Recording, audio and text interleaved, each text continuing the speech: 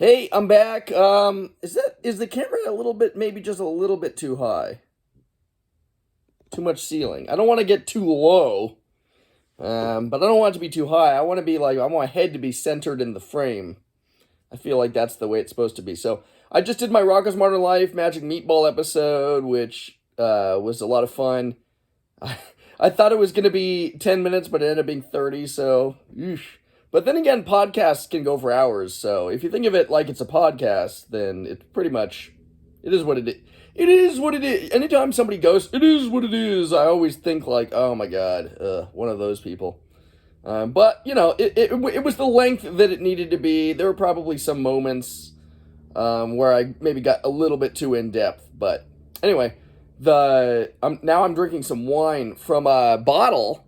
It's a wine bottle that has no label on it whatsoever. It's just a empty, not empty, but it's devoid of all labels. And I'm drinking it having no clue what it is. The cork says Caravanti Sveen. What does it say?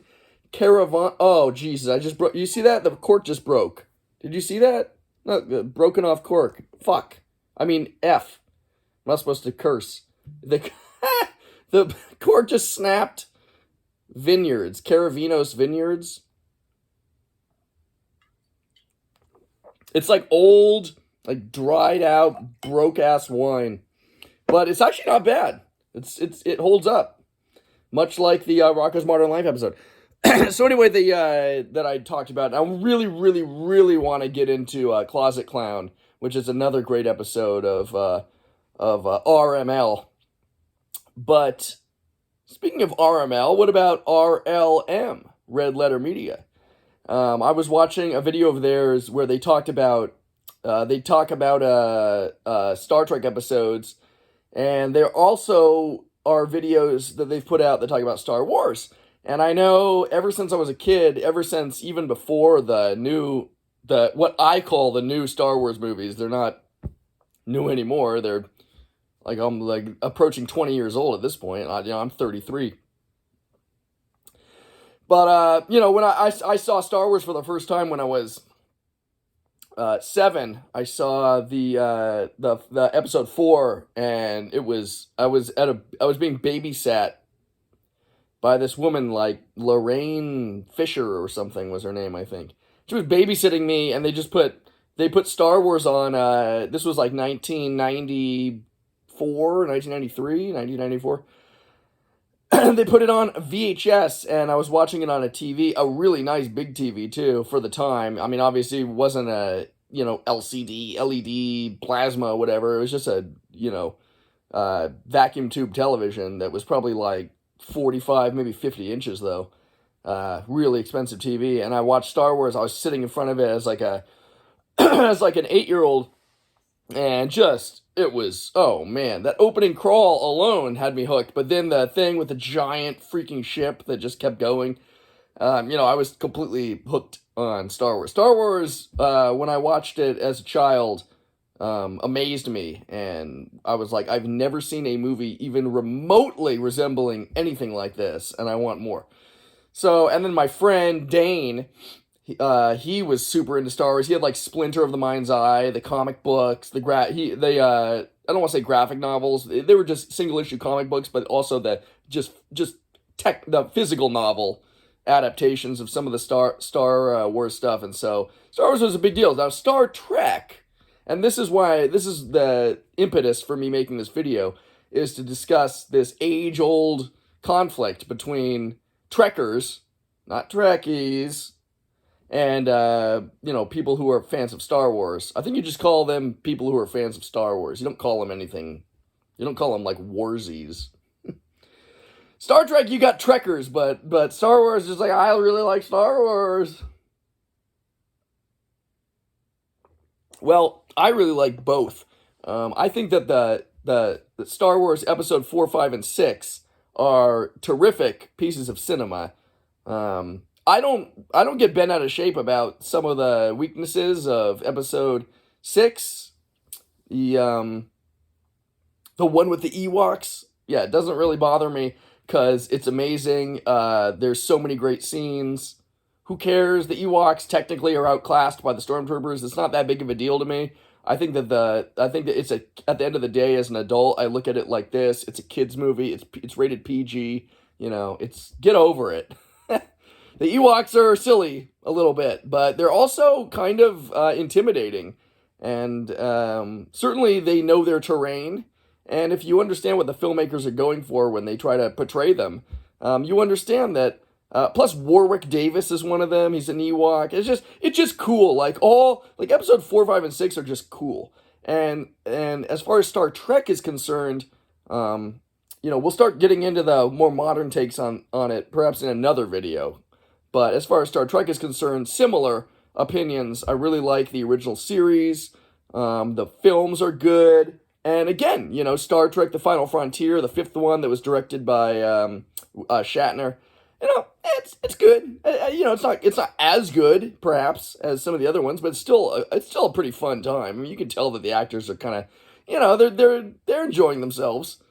They're probably drunk on set and having a good time with the script. So honestly, the worst thing about Star Trek Episode 5, The Final Frontier, is the fact that it's pretty obviously low budget. If the behind the scenes people were able to polish that movie up a little, then it's the same. It's the same problem when you look at Star Wars Episode 4, A New Hope, because that was sort of a low budget movie too, and a lot of its shortcomings are tied to its budget. Otherwise, the spirit is there, and that's really something that I examine. I'm not really one of those people that critiques and analyzes things on like a point by point plot base. What exactly did they intend here, and what was it? No, I'm just trying to be entertained. If the movie's entertaining, then, and that's kind of one of the reasons why I like RLM, because you can have guilty pleasures. There can be aspects of films that are terrible, but you can still appreciate when they get it right. And sometimes you're so invested in these characters that it's almost like impossible for them to screw it up. And Return of the Jedi is sort of like that too, because I mean, there's so many great, iconic moments in Return of the Jedi, but people just overlook it because of, silly, trivial details. And, that's not how I am with music, by the way. With music, it's completely different. And I'm going to explore that in another episode, which is going to be Metallica versus Megadeth. Another episode of my new, whatever channel. It's not really a series. I'm just recording myself, but I'm going to get into another age-old argument that I've had with people over the years, which is Metallica versus Megadeth, because I have opinions on that as well. It's also worth mentioning that in this video, though I'll be talking about Star Wars and Star Trek, I'm not an avid either one. I'm not a diehard. I don't have a freaking Nike swoosh or whatever that freaking thing is called that they wear on their is it the left side of their breast? Yeah, they always wear it on their left. I don't know exactly what every pip stands for example. I know Commander Data has 3 pips because he's a lieutenant commander. I know Picard has 4 because he's the captain. If you had 5, there'd be an admiral. Lower decks, petty officer like Miles O'Brien has only 2.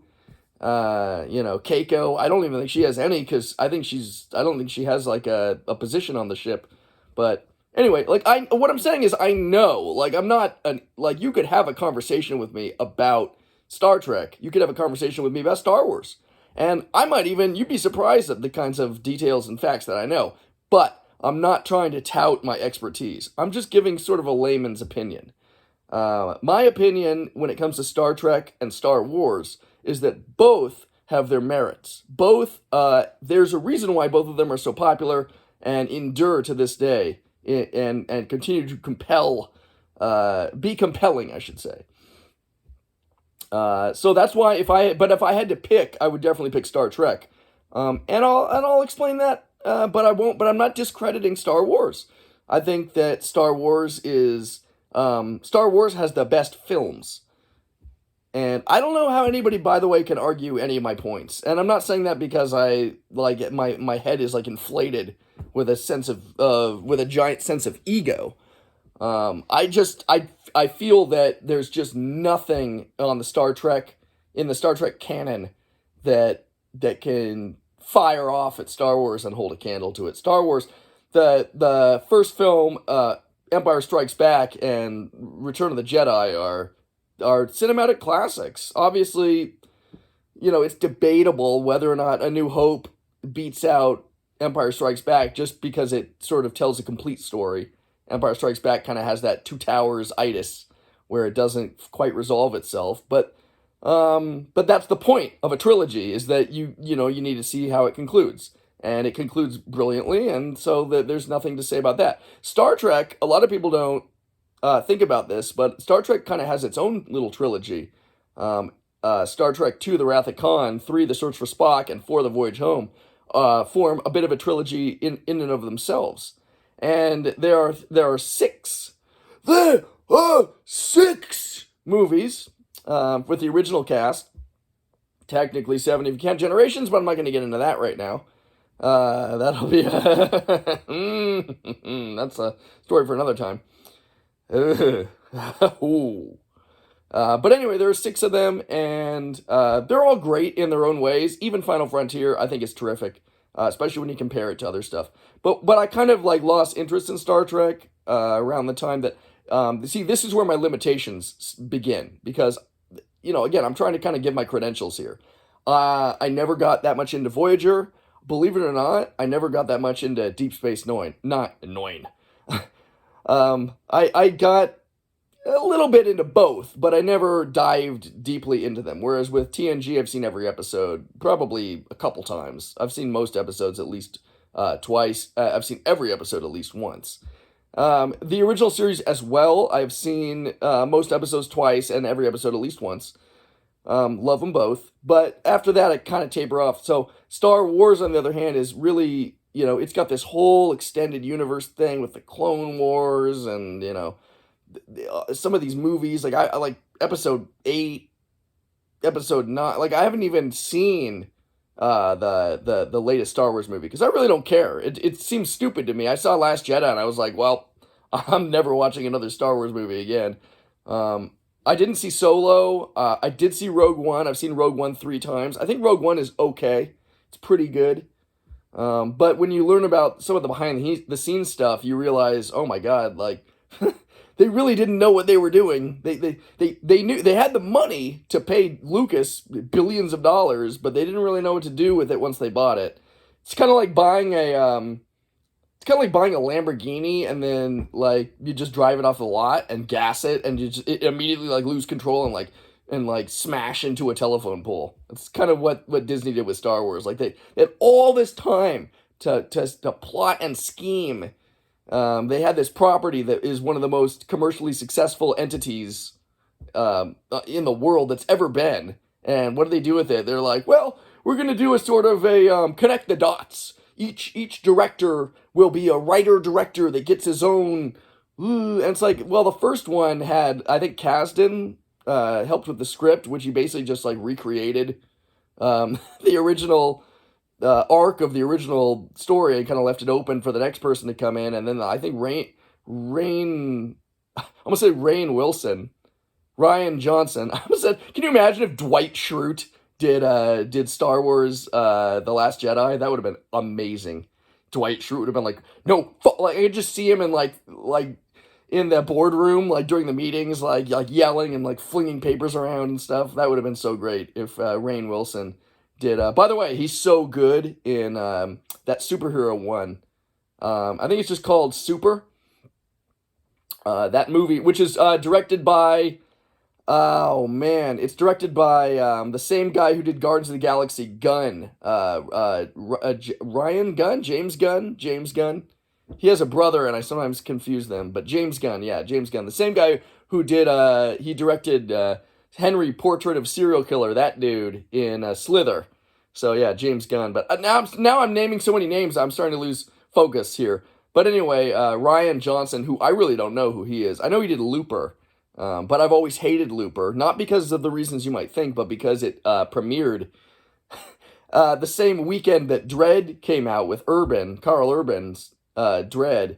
And I always hated Looper because it took away a lot of the revenue that should have gone to Dredd because it didn't make any money. Dredd 3D didn't make enough money, so they didn't have a sequel. But Carl Urban was just such a great Dredd. Anyway, Ryan Johnson did Last Jedi and just completely screwed up Star Wars for me. At that point, I was like, you know what? Because I'm not crazy about the Lucas prequel trilogy either. I think that like, I know I saw everybody's seen the Red Letter Media Phantom Menace review. That's sort of the thing that put them on the map. I've seen it as well. Tons of valid criticism against those films, episode 1, 2, and 3. Tons of valid criticism. But at the same time, they're not that bad. They're not complete train wrecks like some people seem to think. I watched episode 1 in 99, and I was 12 years old. And I saw it at the Mann Cineplex, the 6-screen theater in Simi Valley on Sycamore and Cochrane. And I had a great time. I thought it was fine. It's a lot of fun in the theater. And, I didn't know a lot of the actors even. I didn't know that Natalie Portman was in it or Liam Neeson. I didn't know who these guys were. I didn't know who Ewan McGregor was. I'd never seen Trainspotting. But I thought it was good. I thought it was a fun time. I didn't dislike Jar Jar. I thought Jar Jar was cool. He was goofy and had a weird Jamaican kind of accent, and Anakin was neat. He was just a little kid, and he was like, this is pod racing. And I even liked that freaking that floating flying dude. What's his name? Watson.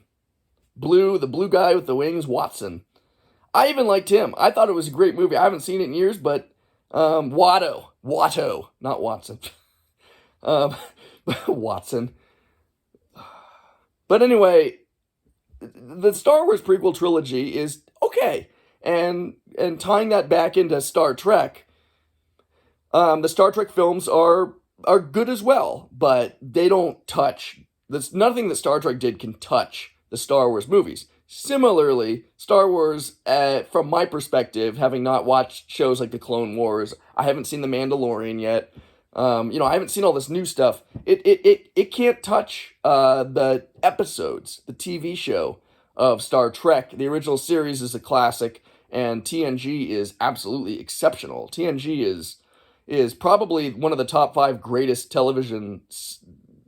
I guess you wouldn't call it serialized, would you? I don't know if that's because every episode is sort of self-contained, but one of the best, just sort of like soap opera televised dramas with a sci-fi twist, is the best, untouchable. But just as a TV show in general, it's up there. It took a little bit of time to find its footing, but once it did, you could just tune in and tune out because you are in for a ride. It is just the actors are like there's some of the actors are so like far beyond some of the others that it makes them. It makes the bad acting sometimes stand out because some of the actors are just so far beyond. But that's what's great about it. The original series as well. William Shatner's portrayal of Kirk is terrific. Really, it's hard. You can criticize it, you can mock him, especially in the movies when he starts to get a little bit bloated in the belly. But he's a great captain. He's a great Kirk, and the supporting cast, DeForest Kelley as Bones, and particularly Leonard Nimoy as Spock. Just absolutely terrific performances from these guys. Every single episode, they bring their A game. And Star Trek similarly has some weak spots. A lot of people get on. Honestly, Jonathan Frakes as Riker is fair game. And Marina Sirtis as Counselor Troy. Yeah, she's definitely the weakest link, but still good. I know I saw a video from a guy who talked about how like Whoopi Goldberg's Guinan should have been Counselor Troy's character, and that's fair. I mean, that would have been really freaking cool because every time Guinan's on screen, like the tears are coming. Like she's gonna cut to the core of whatever issue is needed. But for some reason they were never able to like characterize Troy, and she ended up more like caricaturized. But Brent Spiner's Data is just on point, rock solid. You got like characters like Ensign Ro, bringing it home, kicking ass. Especially like I think Ensign Ro was sort of the replacement for Wesley. Wesley, take him or leave him. I don't really have an opinion. I'm neutral on him, but I don't hate him because I think that he sort of uses a punching bag, even though he's supposed to be like this. Like there's like a Mary Sue type character. He's like 15 years old, but he's like smarter than half the crew. Like he's supposed to fit that into that bracket, which I don't have a problem with that. And then, as you can tell, I'm more invested in Star Trek TNG characters than any characters in Star Wars. Star Wars, they're more like I think the word is archetypes. They're sort of like, this is the hero's journey, and here's your sensei master, and it's sort of like a revisionist. It's like a space opera revisionist perspective on, just those classic Japanese based films that have to deal with, honor and oh, and by the way, that speaking of honor, I mean, Worf is freaking amazing. One of the best things that ever happened, in my opinion, to TNG is Tasha Yar got killed off. I guess it was a contractual thing, but how great is it that they killed off Tasha Yar so that Worf could become the security officer, chief security officer? I mean, Worf is so great. Michael Dorn's portrayal as Worf is just I look forward to Worf and Data usually in every episode. I'm like, when's there gonna be a Worf scene? When's there gonna be a Data scene? And I'm not even gonna get in to Jean-Luc Picard, his portrayal by Patrick Stewart. I should say Patrick Stewart's portrayal of Jean-Luc. I can't even tell them apart. They're just like, I'm not even gonna get into that. I mean, there is no performance of any character in any Star Wars movie or show or whatever, even though I haven't seen Clone Wars or any of the serialized drama. There is nobody that can touch. Even William Shatner wishes he could be Patrick Stewart's Jean-Luc Picard he makes it like you could hate every character on TNG and still love the show because of how great Patrick Stewart's performance is in every episode. Every time he's on screen, he commands presence. That is your captain. Oh, captain, my captain. Wrapping this up, because I always try to make my videos be, what are we up to here? 22. I'm trying to keep them under half an hour, so I'm still good. But at the end of the day, Star Wars does have the better films. Nothing Star Trek related can top episode 4, 5, and 6 for me. At the same time, the Star Trek films are good as well. The Star Trek TNG films are not that good. I like First Contact, but it's more of a guilty pleasure. The Star Trek TNG show is amazing. Just basically, in my opinion, untouchable. And I would love to do a deep dive into some of those episodes so that I could explain just how great it is. And I would also like to do a deep dive into some of the Star Wars films to talk about how great they are. But unfortunately, I don't really see much of a point to doing that because it's like discussed to death. Like, what am I going to mention? Like, my personal perspective on, let's say, The Empire Strikes Back. What am I going to say that's like, okay, what else? I don't really have anything to say that hasn't been said 1,000 times before, so I'm not going to get into that. The Star Wars films are crowning achievements in sci-fi fantasy, and similarly, the weekly episodes of Star Trek TNG that carried on for 7 seasons are terrific as well. Even though there's a lot of duds, when you add up the total number of classics, it rivals the. That there's a lot of artillery there. If you want to fire off, some episodes of, like, let's say Battlestar Galactica or Serenity, like, for sure, you'll be able to make some valid points. But TNG just has so many bullets in its. They're just. It's like, as you start to think about it, especially seasons 3, 4, and 5 in particular, and scattered around. 1 and 2 and peppering all over 6 and 7. I mean, and once it finds its footing, I have to use the old cliche. It's firing on all cylinders. And at the end of the day, if I was on an island and I could only take one with me, without a doubt, Star Trek wins. Hands down. And I'm proud to say it, and I'm proud to defend it. Now, for my next video, anybody who's interested in the kind of stuff I'm talking about, you probably will have no interest in what I'm going to talk about next. I'm going to get into Metallica versus Megadeth. So, but this is starting to like become like a pattern, like this versus that. I like to compare things. I have very strong opinions that I've thought about for many years. I've had many discussions and debates with friends of mine. And at the end of the day, if you think Star Wars is way better than Star Trek, you're not stupid. Nobody should put anybody down just because you have a different opinion. It really, I mean, if you think that the earth is flat or something, maybe that's a different story. Or you think that the coronavirus was created by Bill Gates so they could put microprocessors inside of your body through a tiny injection point. I mean, I don't know. I mean, it's like Foxworthy says, you can't fix stupid, but that's how I feel about that. But when it comes to these age-old debates, Star Wars versus Star Trek, or Megadeth versus Metallica, there's lots of there's pros and cons. You could make a strong argument either way, and I think that those are the kinds of debates and discussions that I personally favor, because as long as you've got evidence, fact-based evidence, you've got examples to reinforce your points, then you're not wrong. If that's really how you feel, then be passionate and share your feelings. That's what I'm gonna do. Obviously, I don't have much of like my heart's not really in an argument about what pop culture show or movie is better than another. I'm just kind of just spouting out, as Q would say from Star Trek. I'm just an obtuse piece of flotsam spouting platitudes. But yeah, I think the way I think, and I'm also open-minded enough to know that if you have some strong points going the other direction, perhaps my mind would change. Perhaps if I watched Mandalorian or Clone Wars, I might give Star Wars another I might give it another chance, and consider swapping out that first place ribbon, that blue ribbon, with the one currently held by the Star Trek TV shows and films that I have seen. So, but until then, that's how I think. So I'm not saying forever. I'm just saying.